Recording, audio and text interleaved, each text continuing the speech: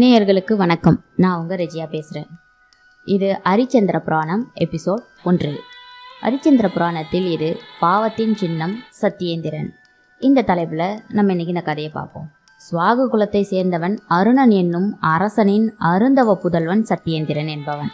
ஒரு சமயம் அரண்மனை ஊழியர் ஒருவரின் உழைப்பின் பேரில் அவனது இல்ல திருமணத்திற்கு சென்றான். அப்போது அங்கு கூடியிருந்த அழகிய பெண்களின் ஒருத்தியின் அழகியில் மயங்கி சத்தியேந்திரன் அங்கிருந்தோருடன் போரிட்டு பலவந்தகமாக தூக்கி சென்றார். இதனால் மக்கள் மன்னனே தவறு செய்தால் அந்த தவற்றினை யாரிடம் போய் முறையிடுவதென்று கொதித்தெழுந்தார்கள். எனவே சத்தியேந்திரன் அநீதி குறித்து அவர்கள் மன்னனிடம் சென்று முறையிட்டார்கள். ஏற்கனவே ஒரு சமயம் சத்தியேந்திரனை வேட்டையாடி வரும்படியாக அவனது தந்தை அருணன் பணிந்தான். அப்போது தந்தையின் கட்டளைப்படியே சிரமேற்கொண்ட சத்தியேந்திரன் அவ்வாறே செய்தான். ஆனால் அவனுக்கு அப்போது ஏற்பட்ட பசிமயக்கத்தால் தான் வேட்டையாடிய மாமிசத்தில் ஒரு பகுதியை மட்டும் புசித்தான். இவன் கொண்டு வந்த மாமிசத்தை பரிசோதித்து பார்த்த வசிஷ்டர் மாமிசம் எச்சில் பட்டதாக அது யாகத்திற்கு உதவாது என்றும் சொல்லி அதை ஏற்க மறுத்துவிட்டார். இதனால் தந்தை அருணன் சத்தியேந்திரன் மீது சினங்கொண்டு ஏற்கனவே அரண்மனை ஊழியனிடம் வீட்டு திருமண வீட்டில் உள்ள அழகிய பெண்ணை பலாத்காரம் செய்த பாவத்துடன் இதுவும் சேர்ந்து கொண்டது. தன் மகன் சத்தியேந்திரனுக்கு ஜீவாந்தர பிச்சை அளித்து உத்தரவிட்டார். தண்டனை அடைந்த சத்தியேந்திரன் தன்னை மன்னித்தருள்படியாக தந்தையின் கால்களில் விழுந்து கதறினார். ஆனால் தன் மகனை அருணன் மன்னிக்க மறுத்துவிட்டார். அதன் பின் குருநாதர் வசிஷ்டரின் கால்களில் விழுந்து தன்னை மன்னித்து அருளும்படியாக வேண்டினான். ஆனால் வசிஷ்டரோ சத்தியேந்திரனின் வேண்டுகோளுக்கு செவிசாய்க்கவே இல்லை.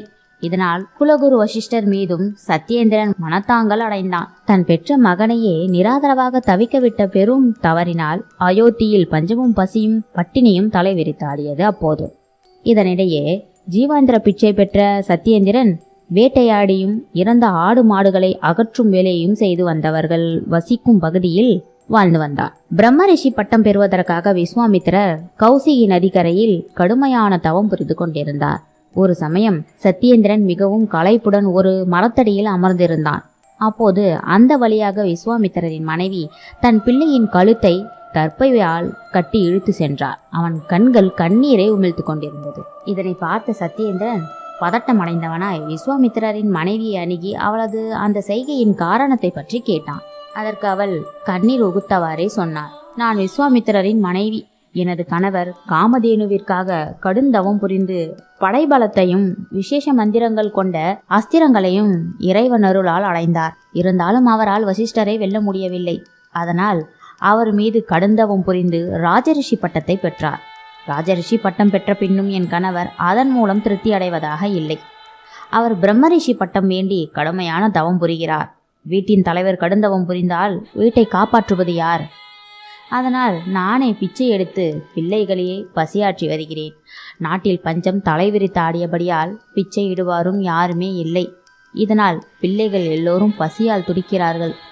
ஆகவே ஒட்டுமொத்தமாக எல்லா பிள்ளைகள் பசியால் பட்டினியாலும் துடிதுடிப்பதை விட ஏதாவது ஒரு பிள்ளையை விற்று மற்ற பிள்ளைகளின் பசியை போக்கலாமே என்ற எண்ணத்தில் தற்பை கயிற்றை கழுத்தில் பிணைத்து இழுத்து செல்கிறேன். அதாவது கழுத்தில் தற்பை கயிற்றினால் பிணைத்தால் விற்பனைக்கு என்று பொருளாகும் என்று விஸ்வாமித்திரரின் மனைவி தன் சோக கதையை கூறி முடித்தாள். விஸ்வாமித்திரரின் மனைவி கூறியதை கேட்ட சத்தியேந்திரன் அவளிடமே, தாயே, தங்கள் முடிவை மாற்றிக்கொள்ளும்படியாக தாழ்மையுடன் வேண்டி கேட்டுக்கொள்கிறேன். தயவு செய்து தங்கள் பிள்ளையை விற்க வேண்டாம். தங்கள் கணவர் யாகம் முடிந்து திரும்பி வரும் வரை தாங்கள் எனது பாதுகாப்பிலேயே இருக்கலாம். தாங்களுக்கு விருப்பம் இருந்தால் உங்களை என் சகோதரியாகவே பாவிக்கிறேன். நான் உங்கள் பசியை போக்குகிறேன். உங்கள் பிள்ளைகளின் பசியையும் போக்குகிறேன். இருப்பினும் நமது சகோதர பாசத்தை இந்த உலகம் பலவிதமாக தான் விமர்சிக்கும். அனைவருக்கும் எடுத்துரைக்கும்படியாக இருக்கும். ஆகவே நீங்கள் தங்கியிருக்கும் இடத்தின் அருகிலேயே நீங்கள் தங்குங்கள். தங்கள் பிள்ளைகளுக்கு தேவையான உணவு வைத்து நான் செல்வேன். அதனை எடுத்து தாங்களும் தங்கள் பிள்ளைகளும் உண்டு பசி தீர்த்து கொள்ளலாம் என்று உறுதியளித்தார். அவனது உறுதிமொழியை ஏற்றுக்கொண்டவள் அவள் தன் பிள்ளையின் கழுத்தில் கட்டப்பட்டிருந்த தற்பை கயிற்றை அவிழ்த்தாள். இதனால் அவன் பிற்காலத்தில் சித்திகள் பல பெற்ற காலவரிஷி என்று அழைக்கப்பெற்றான். சத்தியேந்திரன் வாக்களித்தபடி தினமும் விலங்குகளை வேட்டையாடியும் காய்கறி கிழங்குகளை பறித்து வந்தும் அவள் தங்கியிருந்த இடத்தில் அங்கேயுள்ள மரத்தின் கட்டி வைப்பான். அதை கௌசிகரின் மனைவியும் அவள் பிள்ளைகளும் ஒன்று பசியாற்றி வந்தார்கள். இப்படி போய்கொண்டிருந்த நிலையில் ஒரு நாள் வழக்கம் போல் சத்யேந்திரன் உணவு தேடி அலைந்தான். ஆனால் அன்றைக்கு அவனுக்கு உணவு எதுவும் கிடைக்கவில்லை. உணவு தேடி அலைந்து இறுதியில் வசிஷ்டர் தங்கியிருந்த ஆசிரமத்தின் அருகிலேயே வந்து சேர்ந்தான். அங்கு வசிஷ்டர் வளர்த்து வந்த பசுமாடு தொழுவத்தில் கட்டப்பட்டிருந்தது. அதை கண்ட சத்யேந்திரன் ஆசிரமத்திலிருந்து அதை அவிழ்த்து வந்துவிட்டான். அதை வழக்கம் போல கௌசிகரின் மனைவி தங்கியிருந்த இடத்தின் அருகே உள்ள மரத்தில் கட்டிவிட்டான். வழக்கம்போல் கௌசிகன் மனைவி அதை எடுத்து பசுமாட்டின் இறைச்சி என்று கூட தெரியாமல் சமைத்து தன் பிள்ளைகளுக்கும் கொடுத்து தானும் உண்டாள். சற்று நேரம் கழித்து ஆசிரமம் திரும்பிய வசிஷ்டர் அங்கு கட்டப்பட்டிருந்த பசுமாடு இல்லாததை பார்த்து அதிர்ச்சி அடைந்தார். அங்கிருந்த சீடர்களையும் அழைத்து அதை பற்றி விசாரித்தார். அப்போது சீடன் ஒருவன் சத்யேந்திரன் அங்கு பதுங்கி பதுங்கி சென்றதாக கூறினார். சீடன் கூறியதிலிருந்து சத்யேந்திரன் தான் தன் பசுமாட்டினை திருடியதாக உறுதி செய்து கொண்டார் வசிஷ்டர். இதனால் கடுங்கோபம் அடைந்த அவர், சத்யேந்திரன் பசுவதை செய்தது மகாபாதகம். திருமண வீட்டில் மனம் செய்யவிருந்த பெண்ணை தூக்கி வந்தது அதைவிட பெருங்குற்றம். யாகத்திற்கு உண்டான மாமிசத்தை புசித்தது கொடுமையான குற்றம்.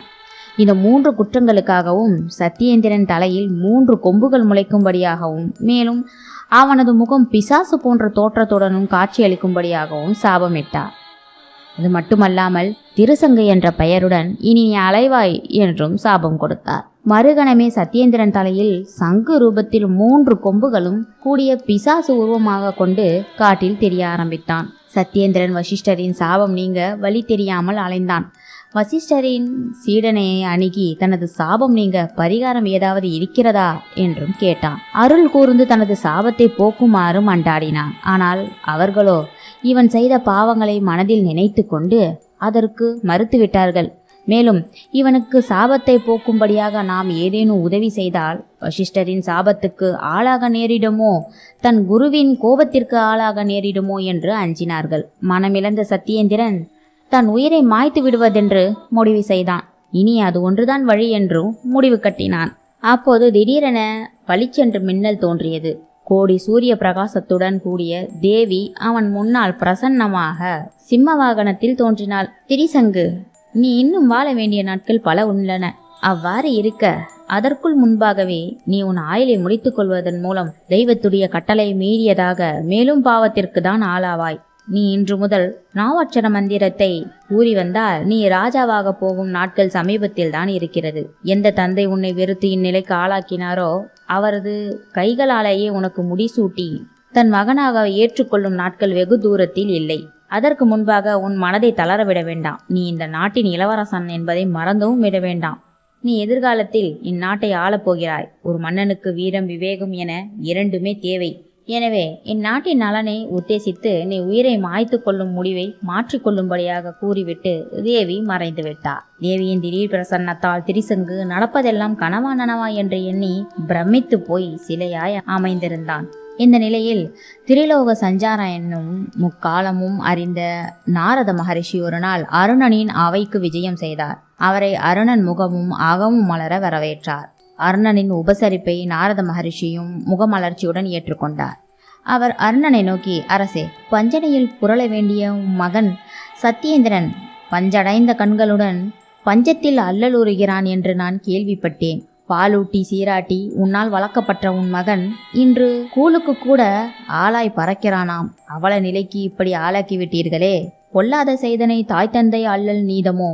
புகலிடம் வேறுண்டோ? நீரடித்து நீர் விலகிவிடுமோ? திரிசங்கு இப்போது தேவியின் கடாட்சம் கிட்டிய மைந்தனாகிவிட்டான். அவன் தான் செய்த பாவங்களுக்கெல்லாம் பரிகாரம் தேடிக்கொண்டிருக்கிறான். மேலும் வசிஷ்டரின் மனைவியார்களையும் பிள்ளைகளையும் காப்பாற்றியதன் மூலம் அவன் பாவங்கள் அத்தனையும் துடைத்தெறியப்பட்டு விட்டதல்லவா? அவன் இப்போது பொறுப்பான பிள்ளையாகிவிட்டான். நீங்கள் மைந்தனை மீண்டும் அவைக்கு அழைத்து வந்து அரியணையில் அமர வைப்பது நல்லது. அவனது கோர உருவம் பழைய நிலைக்கு திரும்ப வேண்டுமென்றால் தேவியின் பூஜை செய்தால் அவன் மீண்டும் அழகு முகம் பெறுவான் என்று கூறினார் நாரத மகரிஷி.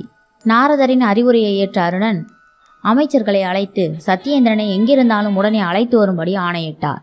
அமைச்சர்களும் காடெல்லாம் சுற்றி அலைந்து சத்யேந்திரன் இருக்கும் இடத்தை கண்டுபிடித்தார்கள். அங்கு சத்யேந்திரன் நாவாட்சர மந்திரத்தை உச்சரித்தபடி அமர்ந்திருந்தான். அதன் பயனாக அவன் தலையில் முளைத்திருந்த 3 கொம்புகளும் நொடி பொழுதில் மறைந்தது. அவன் பழைய நிலைக்கு திரும்பினான். அதன் பின்னர் அமைச்சர்கள் அவனை ராஜ மரியாதையுடன் அவைக்கு அழைத்து வந்தார்கள். மகனை கண்டதும் அருணன் அவனை கட்டித் தழுவி கொண்டு கண்ணீர் சிந்தினான். பின் அவை ஜோதிடர்களை அழைத்து தன் மகன் அரியணை ஏற நல்ல நாளாக பார்த்து அதன்படியே திரிசங்குவும் நல்ல முகூர்த்தத்தில் அரசின் பொறுப்புகளை ஏற்றும் கொண்டான். சத்தியேந்திரன் செய்த இல்லறத்தின் பயனாக வெகு விரைவிலேயே அரிச்சந்திரன் என்றொரு ஆண் மகவு பிறந்தது. இந்நிலையில் அரிச்சந்திரன் கலைகள் 64 கற்றறிந்தான். தக்க பருவம் எய்ததும் அவனுக்கு சந்திரமதி என்னும் மங்கை நல்லாளை மனம் முடித்து வைத்தனர்கள். நாட்டை ஆளும் தகுதிகள் எல்லாவற்றையும் தன் மகன் ஒருங்கே பெற்றான். தந்தை திரிசங்குவும் முதுமை பருவத்தை அடைந்தார். எனவே அரசின் பொறுப்புகள் அனைத்தையும் தன் மகன் அரிச்சந்திரனிடமே ஒப்படைத்தார். அரிச்சந்திரனும் தந்தை வழியில் நீதி தவறாது வாழ்ந்து நல்லாட்சி புரிந்தார். நேயர்களே, இதுவரை நாம் கண்டது நம் கதையில் வாழப்போகும் நாயகரின் தந்தையின் கதையை பார்த்தோம். இனி வரப்போகும் கதையில் அரிச்சந்திரனின் அவதாரம் தொடரும். தொடர்ந்திருங்கள். நான் உங்கள் ரெஜியா.